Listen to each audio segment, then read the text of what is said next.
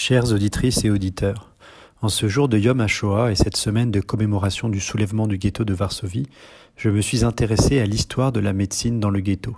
Quel était l'accès aux soins d'une population décimée par la famine et les épidémies, où plus de 5000 personnes mouraient chaque mois du typhus? Comment soigner, comment accoucher, comment guérir une population d'un demi-million de personnes emprisonnées sur à peine 4 km²? Il existait 2 hôpitaux juifs à Varsovie avant la guerre. L'hôpital juif pour enfants Berson et Baumann, ouvert en 1878, et l'hôpital juif de Tchiste, ouvert en 1902. Grâce à la Tzedaka, l'hôpital de Berson et Baumann avait pu grossir et atteindre 250 lits au début des années 30.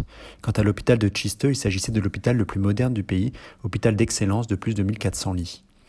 L'hôpital pédiatrique se retrouva confiné dans le ghetto en novembre 1940, puis fermé lors de la grande vague de déportation de l'été 42 et de la liquidation du petit ghetto.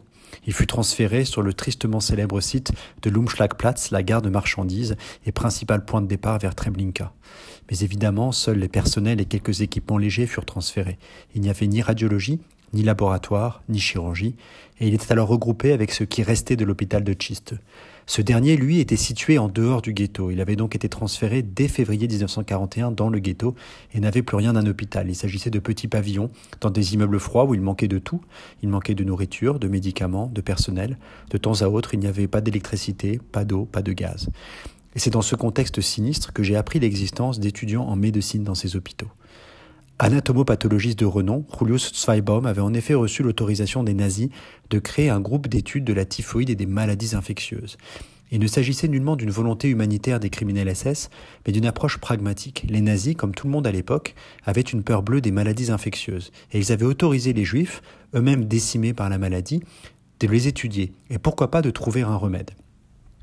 Sous ce prétexte, Zweibaum, assisté de plusieurs médecins, dont le célèbre bactériologue de renom Ludwig Hersfeld, créèrent une véritable école de médecine secrète, dont les locaux étaient d'ailleurs situés en bordure, mais à l'extérieur du ghetto. Les étudiants devaient chaque fois passer le contrôle de sécurité, ils étaient souvent tabassés, arrêtés ou violés. Parfois, certains en profitaient pour jeter le brassard et partir dans Varsovie chercher de la nourriture. Les interviews des survivants de cette école, dont la plupart devinrent médecins ou infirmiers après la guerre, montraient que leur motivation était la conséquence de plusieurs choses.